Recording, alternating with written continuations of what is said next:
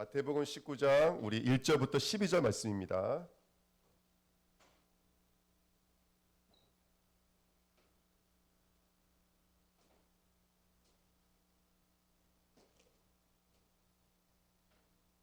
마태복음 19장 우리 1절부터 12절 말씀 같이 읽겠습니다.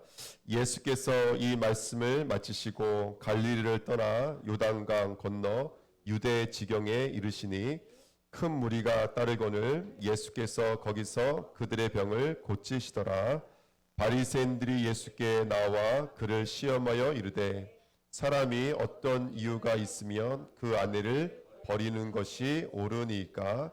예수께서 대답하여 이르시되 사람을 지으시니가 본래 그들을 남자와 여자로 지으시고 말씀하시기를 그러므로 사람이 그 부모를 떠나서 아내에게 합하여 그 둘이 한 몸이 될지니라 하신 것을 읽지 못하였느냐? 그런즉 이제 둘이 아니요 한 몸이니 그러므로 하나님이 짝지어 주신 것을 사람이 나누지 못할지니라 하시니 여짜오되 그러면 어찌하여 모세는 이혼 증서를 주어서 버리라 명하였나이까? 예수께서 이르시되 모세가 너의 마음의 완악함 때문에 아내 버림을 허락하였거니와 본래는 그렇지 아니하니라. 내가 너희에게 말하노니 누구든지 음행한 이유 외에 아내를 버리고 다른 데 장가드는 자는 간음함이니라.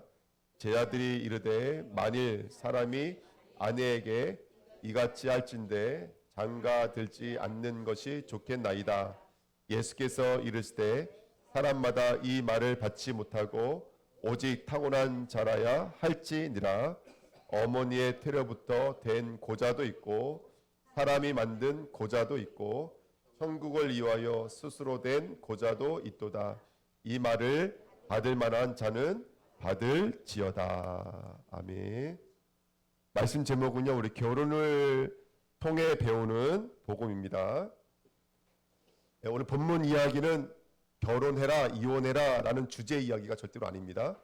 결혼이 주제가 아니고 이혼이 주제가 아닙니다. 지금 오늘 본문 얘기는 마태복음 18장 이야기의 연속입니다. 마태복음 10장 이야기를 정리를 하면 천국과 교회는 어느 곳이냐? 천국은 누가 들어갈 수 있다? 누가 크냐라고 말할 수 있는 사람이 들어갈 수 없고 천국은 어린아이, 예수를 절대로 의존하는 자들이 들어간다. 그래서 특별히 세 종류의 사람들이 나옵니다. 어떤 종류의 사람들이 나오냐면 어린아이가 들어갈 수 있다. 그러면서 예수님께서 뭐라고 말씀하셨냐면 저 어린아이 하나 실족해 하는 자들은 나를 바다에 빠뜨리고 그 다음에 손발을 찍고 눈을 뽑아야 들어간다. 그러니까 손발을 찍는 사람이 들어간다. 그리고 잃어버린 자만이 들어갈 수 있다. 이렇게 말씀을 하시죠. 그러니까 누가 들어갈 수 있는 거냐면 천국은 내가 잃어버린 바 됐구나 이걸 깨닫는 사람이 들어갈 수가 있는 거예요. 천국은 내가 뭔가를 잃어버렸구나. 내가 뭔가를 지금 놓치고 있구나를 깨달을 수 있는 사람이 들어갈 수가 있는 거예요. 한마디로 말하면 천국은 누가 들어갈 수 있는 거죠? 죄인이 들어갈 수가 있는 거예요.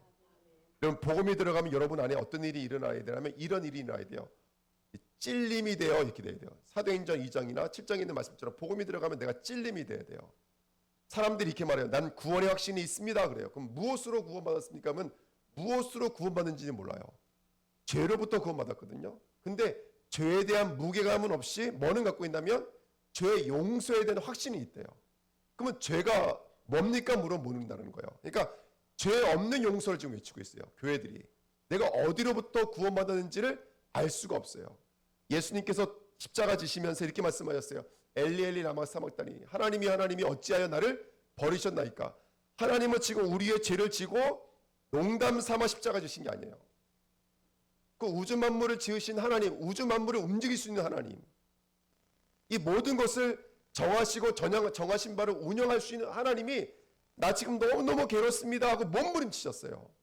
소리를 질렀어요. 분명히 죄는 어떠한 엄청난 고통이 있어요. 이 죄에서 나오는 것이. 근데 지금 많은 성도들이 죄에서 나왔는데 나는 무슨 죄로부터 구원받는지 알지 못해요.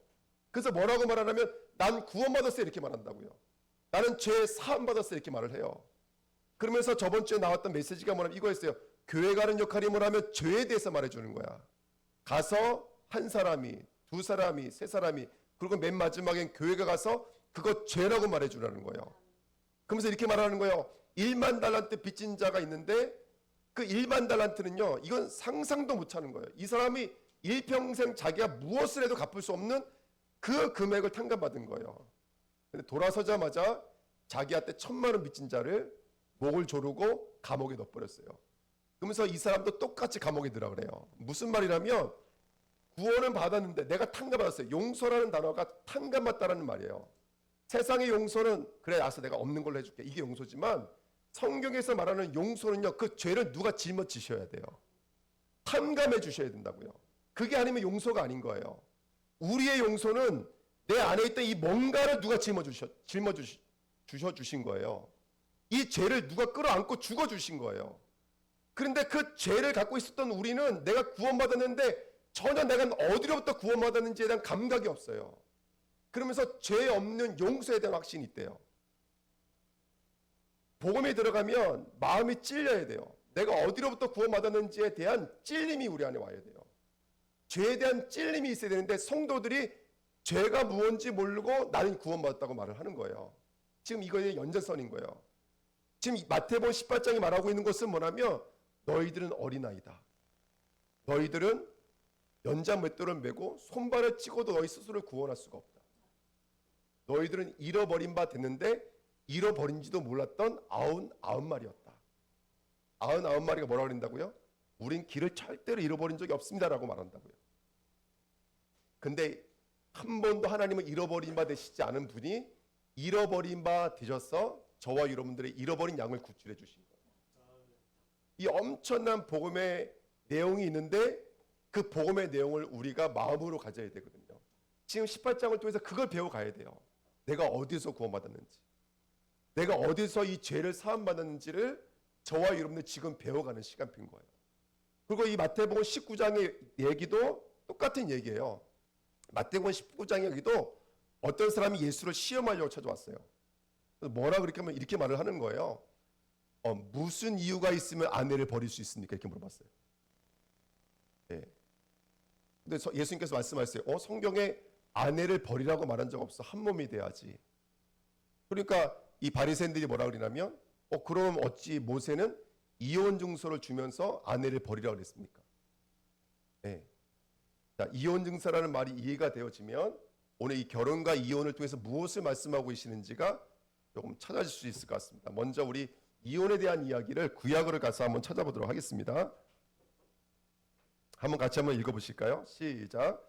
사람이 아내를 맞이하여 데려온 후에 그에게 수치되는 일이 있음을 발견하고 이를 기뻐하지 아니하면 이혼 증서를 써서 그의 손에 주고 그를 자기 집에서 내보낼 것이요 그 여자는 그의 집에서 나가서 다른 사람의 아내가 되려니와 그의 둘째 남편도 그를 미워하여 이혼 증서를 써서 그의 손에 주고 그를 자기 집에서 내보냈거나 또는 그를 아내로 맞이한 둘째 남편이 죽었다 하자 그 여자는 이미 몸을 더럽혔은즉 그를 내보낸 전 남편이 그를 다시 아내로 맞이하지 말지니 이 일은 여호와 앞에 가증한 것이라.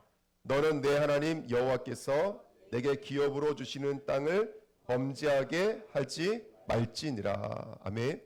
자, 모세가 이혼 증서를 써서 주란 이유는 뭐였냐면 이스라엘의 결혼법이 여러 가지가 있잖아요. 이제 결혼하게 되면 그 가문의 수치가 되면 아까 신명기 1절에 써 있었습니다. 24장 1절에 그 가문의 수치가 되면 이혼 증서를 주고 여자를 돌려보낼 수가 있었어요. 네. 여러분 지금 시대에는 저 여자가 수치가 된다고 돌려보낼 수가 있습니까? 없습니까? 없어요. 예수님이 뭐라고 말씀하신다면 오늘 마태복음 19장도 음행한 일이 아니면은 이혼 증서를 쓰지 말아라 이렇게 말씀하시거든요. 우리나라는 혹시 음행했어도 어떡하죠? 그래도 용서하고 같이 살잖아요. 예. 근데 이 당시에는 그러지 않았어요. 이 당시에는 혹시 가문의 영광, 하나님의 영광을 가리는 일을 했다고 하면 아버지가 딸을 총으로 쏴서 죽여도 법적으로 제재를 받지 않아요. 예, 그걸 명예살인이라 그래요.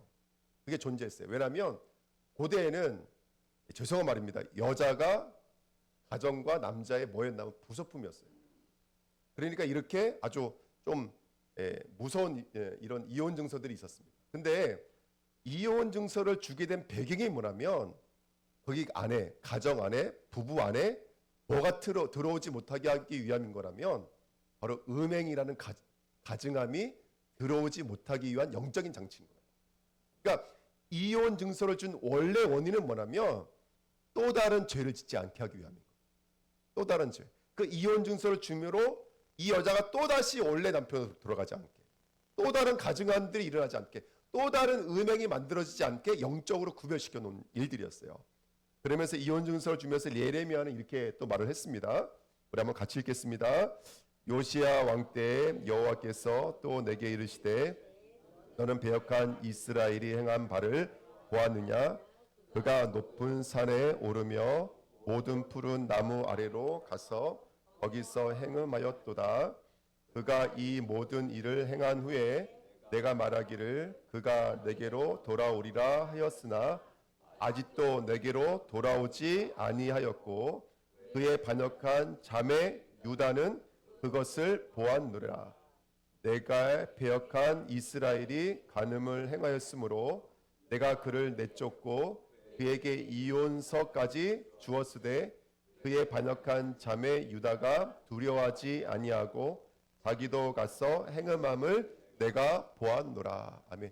북이스라엘과 남유다, 북이스라엘에게 이혼서를 하나님이 써줬다라는 거예요. 너 지금 나를 떠나 있는 거야. 우리는 이혼된 상태인 거야.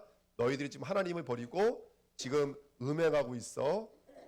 죄를 짓고 있어. 라는 것을 이혼 증서를 통해서 알려주셨다라는 거예요. 근데 그것을 본 남유다까지도 여전히 지금 뭐하고 있다고요? 하나님을 버리고 가늠한 일을 하고 있다라는 것을 말하고 있는 거죠. 그러니까 이혼 증서를 써준 이유는 뭐냐면 간단해요. 이것 때문에 그래요.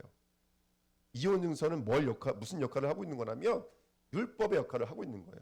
오늘 말씀의 8절에도 19장 8절에도 왜 모세가 이혼 증서를 줬습니까? 그랬더니 8절에 예수께서 이르시되 모세가 너희 마음의 완악감 때문에 아내 버림을 허락하였거니와 이렇게 말을 합니다. 아내 버림을. 다시 말하면 이혼 증서를 통해서 이 이혼 증서를 써줄 때 너와 그 아내 사이에 뭐가 있었다는 사실을 보는 거예요. 그렇죠? 음행이라는 죄가 있었다는 사실을 보는 거예요. 그리고 그 음행이라는 죄를 통해서 뭘 보는 거냐면 사실은 우리 둘 사이의 음행이지만 이것은 근본적인 음행을 보게 만드는 거예요. 그 근본적인 음행은 뭐냐면 하나님과 나 사이의 음행을 보게 만드는 거예요. 예. 하나님과 나 사이에. 그러니까 지금 이 이야기는 결혼과 이 이혼의 이야기를 통해서 하나님 무슨 말씀하고 싶으신 거라면 지금 너희들에게 있는 여러 가지 문제와 사건의 근원을 쫓아 올라가 보면은 사실은 남녀 간의 이혼의 문제가 아니야. 하나님과의 이혼의 문제인 거야. 이걸 말씀하고 싶으신 거예요. 이걸 알려주시고 이를 가르쳐줘서 우리가 먼저는 영적인 존재잖아요. 우리가 먼저 영으로 치유가 되어지고 영으로 회복되지 아니하면 진정한 가족관계가 회복되지가 않는 거예요. 세상은 부부 10계명도 만들고 부부 철학을 만들어서 어떻게 하면 부부가 하나가 될 수 있고 어떻게 하면 가정이 하나가 될 수 있다고 말을 하는데 성경은 그렇지 않아요. 성경은 너네가 아무리 하나가 되고 싶어도 하나가 될 수 없어. 하나가 될 수 있을 수가 없어요. 부부는 절대로 하나가 될 수가 없어요. 우리나라도 결혼하면 거의 절반 가까이가 이혼합니다. 그리고 통계를 잡았어요. 이혼하고 싶은 사람 물어봤더니 가정의 78%가 이혼하고 싶어요. 근데 이혼하지 못해요. 그러니까 사람들 마음속에는 함께하지만 사실은 어떤 삶을 살고 있는 거라면 분리되어져 있는 삶을 살고 있다고 봐도 돼요. 예. 근데 그것을 통해서 지금 하나님은 그 이야기를 가져다가 지금 우리 앞에 뭘 보여주고 계신 거라면 원래는 하나님과 하나 되어야 될 우리 한 몸이 하나님을 떠나서 음행하고 있는 우리를 보여주고 계십니다. 지금 이 이야기하고 있는 거예요. 예. 이 이야기. 그러면 지금 말씀하고 있는 게 뭐냐면 아까 우리 19장 보시면 참 이 말이 무섭지 않으세요? 3절에 보시면 바리새인들이 예수께 나와 그를 시험하여 이르되 사람이 어떤 이유가 있으며 그 아내를 버리는 것이 옳으니까. 예, 어떤 이유가 있으면 버리면 될까요? 우리는요. 어떤 이유가 있으면. 이유라고 하는 것은 그 사람에게 있어 어떤 잘못까지 용서하면 되고 어떤 잘못까지는 수용해도 됩니까? 이거 앞에서 나온 거죠. 베드로가 뭐라 그랬어요? 형제를 몇 번 용서해야 됩니까? 7번 용서해도 됩니까? 하면서 어떻게 했다고요? 어깨를 으쓱 했다고요. 왜냐하면 당시 유대인들이 3번 용서해도 대단한 거였거든요. 그러니까 베드로가 7번 하면 엄청 큰 거예요. 지금 이거는 자기가 이만한 실력이 있습니다라는 것을 말해주는 거예요.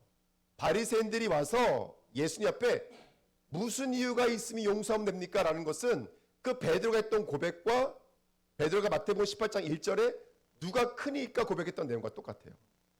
그러니까 지금 마태복음 18장부터 19장까지 한 줄로 쭉 이어지는 똑같은 맥락이 반복되고 있어요. 그게 뭐냐면 우리가 얼마나 하면 됩니까예요. 이걸 율법이라 그래요. 네가 하면 된다 안 된다, 얼마만큼 하면 된다, 얼마만큼 하면 안 된다, 잘한다 못한다라고 규정지어 있는 것을 율법이라 그래요. 근데 여러분 율법으로는 구원받을 수 있을까 없을까요? 율법으로는 구원받을 수. 다시 말하면 우리는 구원받을 만한 실력과 능력이 우리에게는 없다라는 거예요. 근데 이걸 보지 못하면 사람들은 계속 이렇게 나온다는 거예요. 무슨 이유가 있으면 이혼해도 됩니까? 무슨 이유가 있으면. 네. 그게 아니에요. 하나님과 나와의 관계가 있으면 저는 제 아내를 사랑할 수가 있어요. 좀 이따 더 말씀을 드리겠습니다. 지금 그렇게 예수님은 이 결혼과 이혼을 통해서 인간 마음속에 들어와 있는 율법의 크기로 살아가고 있는 그들의 죄를 폭로하고 계시는 거예요. 이게 이혼 증서예요. 과거의 예레미야를 통해서 또 과거의 그 신명기 율법서를 통해서 그들 안에 있었던 죄를 그 이혼 증서를 통해서 폭로하고 싶었던 거예요. 여자의 음행만 폭로했던 게 아니에요. 그 남자의 음행도 폭로하고 싶었던 거예요. 이스라엘과 유다의 죄도 폭로하고 싶었던 게 이혼 증서였어요. 지금은 예수님께서 그 이혼 증서를 통해서 그 바리새인들, 그 율법 철저하게 율법을 지키는 사람들의 그 마음속에 있는 시커먼 것을 끄집어내고 있는 거예요. 오늘 본문에 뭐라고 말하고 있냐면 예수를 시험하려고 물었던 질문이었어요. 왜 항상 바리새인들은 머리가 좋잖아요. 빼도 박도 못하는 질문을 항상 던져요. 여기서 만약에 예수님께서 이혼해도 돼 그러면 누구한테 맞아 죽을까요? 랍비한테 맞아 죽어요. 이혼하면 안 돼라고 말하면 누구한테 맞아 죽을까요? 당시에 이혼했던 왕이 있었죠. 이혼하면 안 되는데 이혼해놓고 멀쩡한 여자가 이혼해놓고 아내를 삼았던 사람이 있어요. 헤롯 안티파스. 자기 동생의 아내를 데려다가 무자비하게 이혼하고 또 재혼했던 사람들이잖아요. 그러니까 이혼이 안 된다 그러면은 헤롯에게 맞아 죽고 이혼이 된다라고 하면 또 랍비에게 맞아 죽는 거예요. 예수님을 시험한 거예요. 당시 어떤 일이 있었는 줄 아세요? 우리나라는 상상도 못해요. 가문에 수치되는 일로 이혼 증서를 써주라 그랬더니 여러분 상상도 못할 일이에요. 내용을 제가 찾아봤거든요. 어떤 내용이면 이혼 증서가 써줬냐면 밥을 못해도 이혼 증서를 썼대요. 심지어는요 얼굴이 못생겨도 이혼 증서를 썼대요. 여러분 지금 이 시대는 말도 안 되는 얘기죠. 예. 근데 여러분들 영어로 뒤집어 놓으면 그 말도 안 되는 그 사람의 음욕들이 우리에게도 다 똑같이 있어요. 우리에게 다 똑같이 있어요. 지금 예수님은 그 음욕을 우리 안에서 끄집어내고 싶으신 거예요. 그래서 내가 얼마나 이 정도 되면 대단합니까? 라고 포장하고 있는 너희들의 그 죄성을 폭로하고 예수와 참으로 결혼해라 이 얘기인 거예요. 오늘 본문의 이야기가. 그래서 오늘 본문은 결혼을 통해서 배우는 뭐라고요? 복음에 대한 이야기입니다. 우리 중원교회 모든 성도가 결혼을 통해서 복음을 배우시기를 예수님의 이름으로 축복드립니다. 성경에 원래 인간은 누구와 결혼했었습니까? 원래 인간은 하나님과 결혼했었습니다. 예, 내가 내게 장가들어. 하나님 말씀하시는 거예요. 내가 내게 장가들어 영원히 살되 공의와 정의와 은총과 긍휼이 여김으로 내게 장가들며. 하나님이 우리를 만드신 이유가 뭐냐면 저와 여러분들과 장가들기 위함이라는 거예요. 그게 호세아서 2장 19절에 있는 말씀이에요. 그러니까 저와 여러분들은 원래 누구의 신부냐면 하나님의 신부예요. 예, 우리 여성 우리 동지분들도 하나님의 신부이시고 저도 하나님의 신부인 줄 믿습니다. 아멘. 예, 이 땅에는 성별이 남자와 여자밖에 없잖아요. 그렇죠? 하나님의 나라에는요. 어떤 건지는 과학적으로 이해는 안 되지만 거기에는 무조건 예수님의 신부들입니다. 아멘. 예. 원래는 우리 인간을 그렇게 만드신 거예요. 하나님과 연합되도록, 하나님과 하나가 되도록 만드신 거예요. 그래서 창세기 1장 27절에 하나님의 자기 형상대로 사람을 창조하시다. 그다음에 뭐라고 써 있냐면 남자와 여자를 창조하시고. 그러면 그 남자와 여자는 하나님과 우리의 관계가 어떤 형상인지를 보여주는 가장 좋은 예다, 이렇게 말씀하시는 거예요. 그래서 부부, 가정, 남자와 여자는 하나님과 우리와 하나됨을 설명하기에 가장 아름다운 예라는 거예요. 예, 저와 아내가 완전 다른 사람이에요. 근데 우리는 하나가 돼서 살고 있어요. 예, 그럼 성격이 맞냐, 뭐가 맞냐, 하나도 맞는 게 없어요. 근데 하나가 되어 살아가고 있어요. 할렐루야. 아멘. 그 모습을 통해서 바로 하나님과 우리 하나됨을 말하고 있어요. 근데 인간의 문제가 뭡니까? 누구와 이혼한 거예요, 여러분들? 우리 인간의 문제는 하나님과 이혼한 거예요. 근데 사람은 이거를 잘못 감지해서 내가 돈이 없어서 돈과 이혼해서 문제가 왔어. 사람과 이혼해서 문제가 왔어. 그렇게 말을 하거든요. 아닙니다. 우리 인간의 문제는 하나님과 이혼한 문제예요. 그 다음에 세 번째, 그 다음에 이혼한 백성들이 어떻게 살아갈까요, 여러분들? 이혼한 백성들이 아까 말씀드렸던 것처럼 율법과 바람을 피우고 있어요. 예, 너무 재밌지 않습니까, 여러분들? 우리가 율법과 바람 피우고 있어요. 아까 말했죠. 누가 큽니까? 이게 율법과 바람 피우고 있는 베드로의 모습이에요. 내가 얼마나 용서하면 될까요? 그게 바로 율법과 바람 피우고 있는 우리들의 모습이에요. 예. 우리 주은혜 교회는 율법과 바람 피우지 마시고 하나님께로 돌아가야 될 줄 믿습니다. 아멘. 그래서 오늘 이 네 번째가 가장 중요하거든요. 예, 네 번째가 뭐냐면 구원을 위해서 저와 여러분들 구원하시려고 찾아오신 누가 계시는 거예요? 우리의 신랑이신 예수 그리스도가 있는 거예요. 오늘 19장에도 4절 말씀부터 읽어드리면 예수께서 대답하여 이르시되 사람을 지으신 이가 그다음에 뭐라고 하셨냐면 본래 이렇게 써 있어요. 본래 그들을 남자와 여자로 지으시고 이렇게 말씀하시죠. 자, 이 이야기가 어디에 있냐면 창세기 20장에 있습니다. 창세기 20장에 자 20절 말씀 보시면 아담이 모든 가축과 공중의 새와 들의 모든 짐승에게 이름을 주니라. 아담이 무엇이 없으므로? 돋는 배필이 없으므로. 그러니까 아담을 봤을 때 아담이 지금 짝이 있어요, 없어요? 네, 짝될 만한 게 사실은 많았어요. 여기 뭐라고 써있냐면 20절에 가축들이 너무나 많았어요. 짐승들이 많았어요. 그 짐승 중에는 힘이 센 짐승도 있고 이쁜 짐승도 있어요. 그렇죠? 그러면 얼마든지 아담이 그 짐승과 재밌게 지낼 수 있어요. 근데 하나님은 뭐라고 규정친다면 야, 저 엄청난 짐승들의 이름을 아담이 다 지어줬지만 아담의 짝은 짐승이 아니야. 이런 반려동물을 키우고 계시는 분들은 회개하시기를 예, 죄송합니다. 장난쳐서. 예, 우리의 짝은 반려동물이 아닙니다. 딱 봤을 때 쟤는 누구와 함께 해야 돼? 쟤는 여자가 아니에요. 하나님과 함께 해야 돼. 그렇게 설명하시는 거예요. 21절에 아담이 함께 혼자 하는 것이 좋지 않으니까 21절에 여호와 하나님이 아담을 깊이 잠들게 하시며 성경에 잠이란 단어와 뭐와 혼용해 쓰죠? 죽음이라는 단어가 혼용했어요. 그러니까 보세요. 하와는 어떻게 만들어? 하와는 우리를 말하는 거잖아요.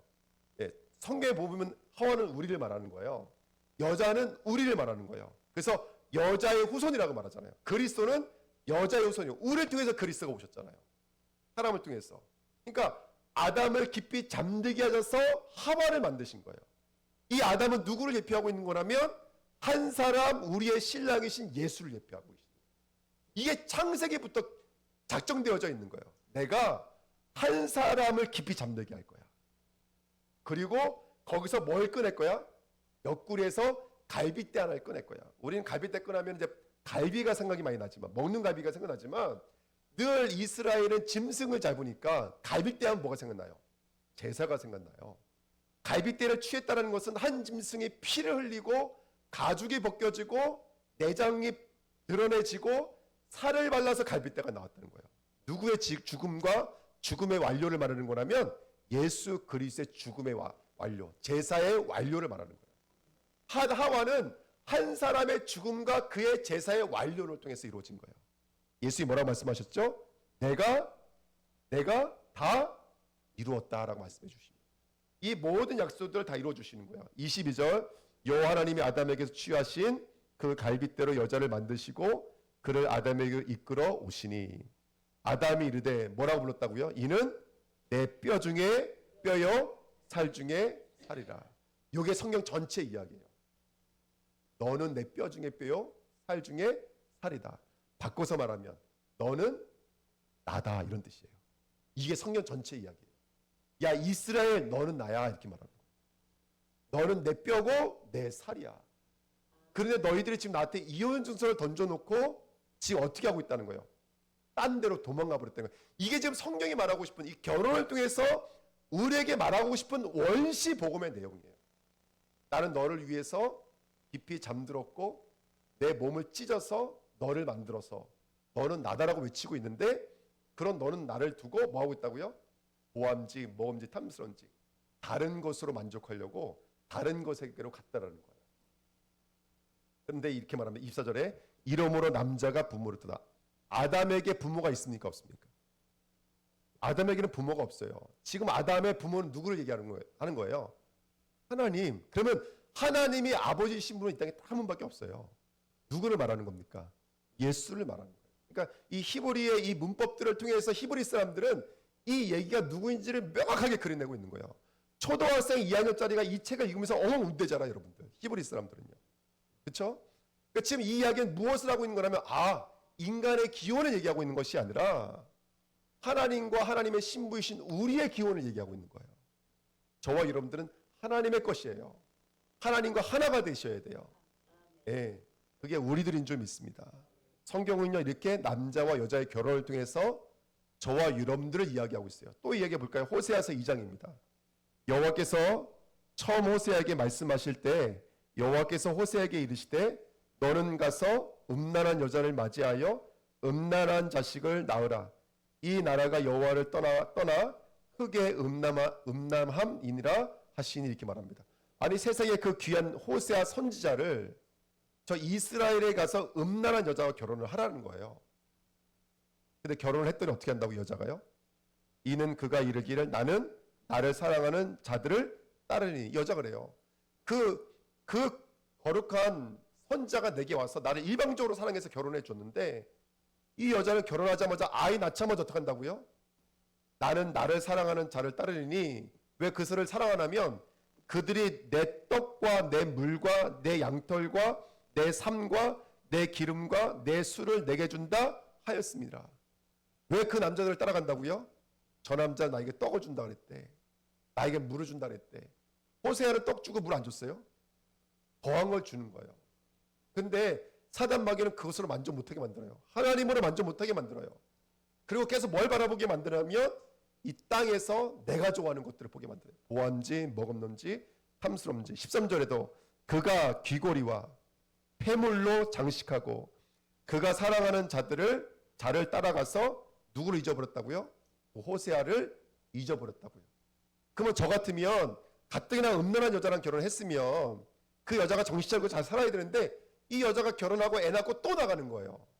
근데요, 길거리에 나가니까 이 여자가 어떻게 하고 있다고, 여러분들 보십시오. 여호와께서 내게 이르시되 이스라엘 자손이 다른 신을 섬기고 건포도와 과자를 즐길지라도 여호와가 그들을 사랑하나니 너는 또 가서 타인의 사랑을 받아 음녀가 된 그 여자를 뭐라고요? 사랑하라 하시기로. 어떻게 한다고요? 내가 은 15개와 보리 한 호멜 반으로 나를 위하여 그를 사고. 그 여자를 얼마에 사왔습니까?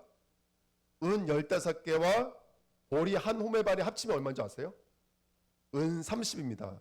은 30에 팔려가신 분이 있어요. 누굽니까, 여러분들? 은 30에 파신 분이 바로 예수님이세요.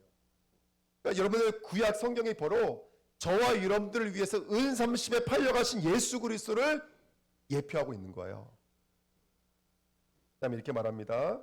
그에게 이르기를 너는 많은 날 동안 나와 함께 지내고 음행하지 말며 다른 남자를 따르지 말라. 나도 내게 그리하라. 나도 다른 사람 안 쳐다볼게. 너만 쳐다볼게. 그러니까 넌 나를 바라봐 라고 말을 하고 있는 거예요. 저와 여러분들 누구께로 돌아오시길 원하십니까? 하나님께로 돌아오기를 원하고 계신 줄 믿습니다. 아멘. 오늘 하나님께로 돌아오시는 저와 여러분 되시기를 예수님의 이름으로 축복드립니다. 어떤 목사님이 막 울면서 이렇게 설교하시더라고요. 여러분, 저울이 있습니다. 두 개의 추가 있는데 한쪽 추에다가는 이 땅의 모든 것을 다 담았습니다.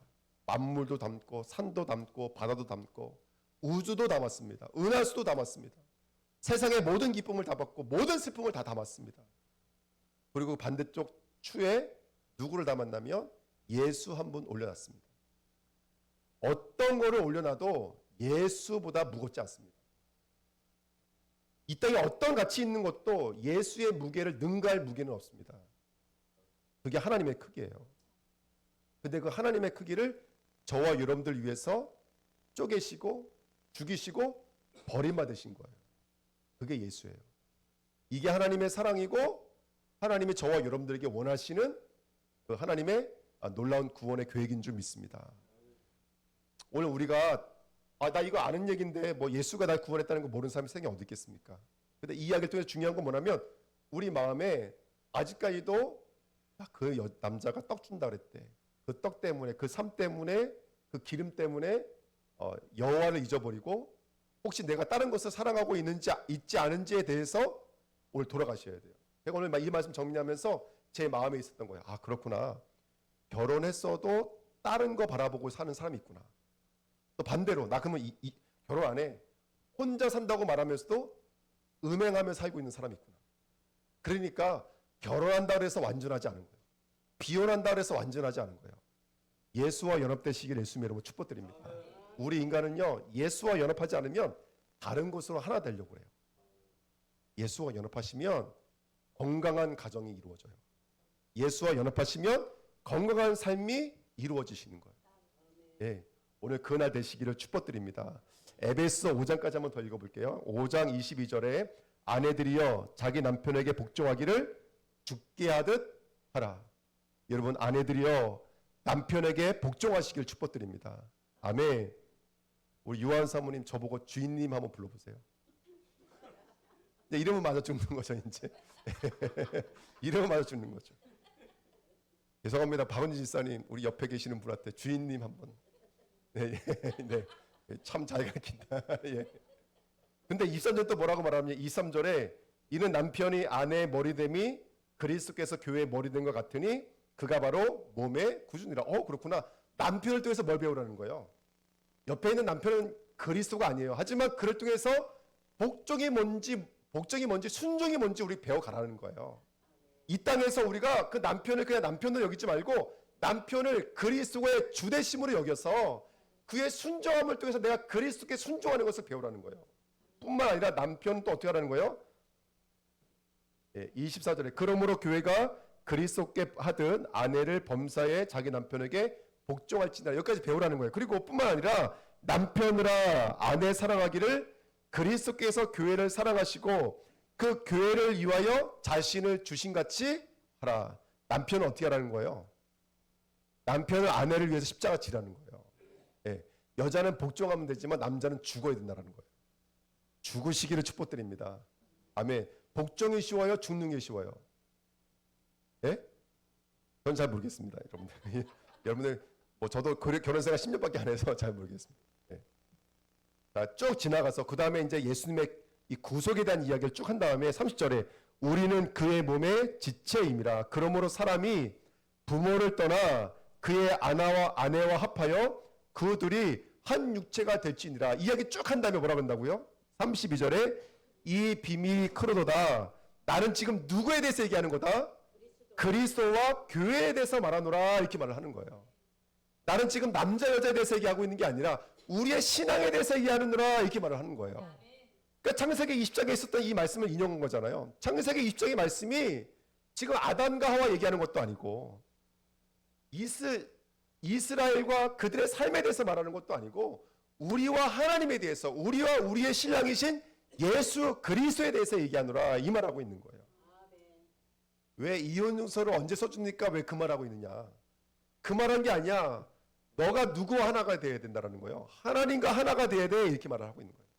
하나님과 하나가 되어진다면 그 속에서 너희들이 뭐가 나오기 시작하냐면 남자들은 사랑하여 나를 내어놓을 수 있는 십자가 사랑으로 사랑할 수 있게 되고 여자는 그 십자가 사랑 앞에 순종하고 복종할 수 있는 삶을 사는 거예요. 그러니까 남자는 사랑하고 여자는 순종해가 해라가 아니라 남자든 여자든 순종하고 남자든 여자든 사랑하는 삶을 살아가는 거예요. 그 예수 그리스도의 그 삶을 저와 여러분도 동일하게 걸어가시라는 거예요. 그 은혜를 함께 누리시기를 부탁드립니다. 그렇게 오늘 예수님과 결혼하시기를 축복드립니다. 아멘. 진정한 결혼하십시오. 오늘 예수님과 진정한 결혼하십시오. 예수님, 내가 당신을 나의 신랑으로 영접합니다. 온전한 연합이 이루어지게 앞섰어. 어떻게 해요? 동행하고 순종할 때까지. 내가 온전히 당신과 하나가 될 때까지. 로마서 7장에 보니까 야, 전 남편이 죽었으면 이제 너는 자유한 거야. 이제 너는 그리스도 안에서 자유한 거야. 이제는 예수가 남편이야. 근데 왜 아직까지도 전 남편이 묶여져 있니? 왜 아직도 그 음행했던 고멜의 상태에 머물러 있니? 그러지 말고 이제 예수와 완전히 하나가 되라는 거예요. 그리고 이 결혼은 언제 끝나는 거죠? 사실은 끝난다는 말이 아니죠. 7번에 영원한 혼인잔치가 이루어집니다. 예수님이 오실 때 계시록 19장 7절에 있는 말씀처럼 여러분 천국에 가면 혼인잔치가 이루어지시는 거예요. 우리가 오늘 그날까지 승리하시기를 예수님의 이름으로 축복드립니다. 자, 결론 말씀드리고 마칠까요? 오늘 둘이 한 몸을 이루는 교회, 둘이 한 몸을 이루는 가정으로 쓰임받을 줄 믿습니다. 수직과 수평이 있어요. 십자가가 수직이 있고 수평이 있죠. 수직이 없는 수평은 없습니다. 하나님과 내가 연합되지 않으면 절대로 내가 내 아내와 내가 내 남편과 연합을 이룰 수 없습니다. 이게 영적인 원리예요. 하나님과 내가 영으로 하나가 되어져야지만이 내가 내 아내와 내 남편과 하나가 될 수가 있어요. 교회도 마찬가지입니다. 교회도 장로님이든 뭐 성도님이든 교육자들이든 온전히 하나가 되려면 장로님과 장로님 사이는 절대로 연합될 수가 없습니다. 그리스도가 내게 오셔서 나는 죽고 그리스도가 주인이 되셔서 머리가 바뀌면 장로님과 장로님이 성도님과 성도님이 또는 가정에 가서 남자와 여자가 온전히 하나가 될 수 있습니다. 먼저는 수직이 먼저 회복되셔야 돼요. 예수가 내가 온전히 하나가 되셔야 돼요. 이게 영적인 비밀입니다. 오늘 이 영적인 원리가 저와 여러분들에게 이루어지시기를 예수님의 이름으로 부탁드립니다. 왜 이 말을 쓰시냐면 그 밑에 이런 얘기 하셨어요. 음행하는 자 외에는 이혼하지 말아라. 이혼인 쓰지 마. 그랬더니 제자가 뭐라 그러냐면 우리는 말도 안 되는 얘기죠. 제자가 뭐라 그러냐면 야 그러면 차라리 결혼 안 하는 게 좋겠습니다. 우리는 이해가 안 되죠. 여러분 우리는 바람 피면 어떻게 해야 돼요? 싹싹 빌어야 되잖아요. 근데 뭐라 그런다고요? 음행한 거 외에는 이혼하지 말라는 거예요. 그러니까 베드로가 뭐라 하냐면 야 그러면 결혼 못하겠네 이렇게 말을 하는 거예요. 그때 예수께서 뭐라 그러냐면 혼자 사는 거 그거 아무나 하는 거 아니야. 그거 타고나지 않으면 못하는 거야. 그러면서 하신 말씀이 뭐냐면 고자가 아닌 이상은 결혼하라는 거예요. 근데 고자도 세 가지 교자가 있대요. 태어날 때부터 생리적으로 고자가 된 사람이 있고 두 번째는 스스로 고자된 자가 있고 이거 율법주의자들이죠. 자해하는 사람들, 금욕, 금식하는 사람들, 심지어 학대하는 사람들. 그 다음에 세 번째는 하나님을 위해서 스스로 고전된 자들. 우리들을 말하는 거죠. 우리들. 예수 그리스도 때문에 지금 이 시간 세상 유혹, 세상 자랑 끌어내시고 오신 거잖아요. 중요한 비밀이 한 가지 있어요. 하나님과 연합되어지는 키가 뭔지 아세요? 고자가 뭐죠? 예. 끊어진 자예요. 연합할 수 없는 자. 내가 죄인인 것을 아는 자가 진정한 연합의 축복을 누릴 수 있습니다. 왜 이야기를 하냐면 요 밑에 이야기가 뭐냐면 13절부터 15절 이야기가 바로 어린아이를 영접하면 된다. 그러니까 어린아이로 시작해서 어린아이로 끝나요. 이게 바로 히브리 문법이에요. 그 이야기는 쭉 같은 맥락으로 하고 있는 거예요. 누가 천국에서 큰 자라면 어린아이가 천국에서 큰 자예요. 누가 가정에서 큰 자예요? 고자가 가정에서 큰 자가 돼요. 무슨 말입니까? 내가 끊어진 자가, 내가 없는 자가, 내가 결핍된 자가, 내가 상실된 자가, 십자가가 있는 자가 가정을 가정되게 만들 수 있다는 뜻이에요. 우리 주은혜 교회가 내가 부인되어지며 승리하게 된 줄 믿습니다. 그래서 온전한 고자, 온전한 연합의 축복을 누리시는 저와 여러분 되시기를 예수님의 이름으로 축복드립니다. 예. 그렇게 되면 저와 여러분들 누구의 것이 되죠? 주님의 것이 되는 거예요. 내가 주님의 것이 되는 거예요. 교회도 주님의 것, 가정도 교회도 주님의 것. 세 가지에 도전하십시오. 아니, 네 가지에 도전하십시오. 첫 번째, 근본을 바꾸시면 됩니다. 내가 십자가와 함께 죽고 부활과 함께 다시 태어나십시오. 예수와 완전한 연합을 이루시기 부탁드립니다. 그것이 뭐가 바뀌는 거냐면 곧 주인이 바뀌는 것입니다. 주인이 바뀌면 삶은 바뀌어지게 되어 있습니다. 할렐루야. 아멘. 그 축복 누리시기를 축원드립니다. 아멘. 어떻게 하면 되냐? 깊은 말씀입니다. 말씀을 계속 듣고 말씀을 계속 시인하는 것입니다. 다른 것으로 믿음이 들어올 수 있는 방법이 없습니다. 들음과 기쁨입니다. 그 응답을 누리는 우리 주님께 건속들 되시기를 예수님의 이름으로 축복드립니다. 예, 말씀 붙잡고 합심으로 한번 기도하겠습니다. 하나님 아버지 감사드립니다. 하나님 오늘도 성령으로 우리와 함께 하시는 줄 믿습니다. 영원히 하나님과 분리되어져 살고 있었던 우리들 예수님의 대속의 은혜로 말미암아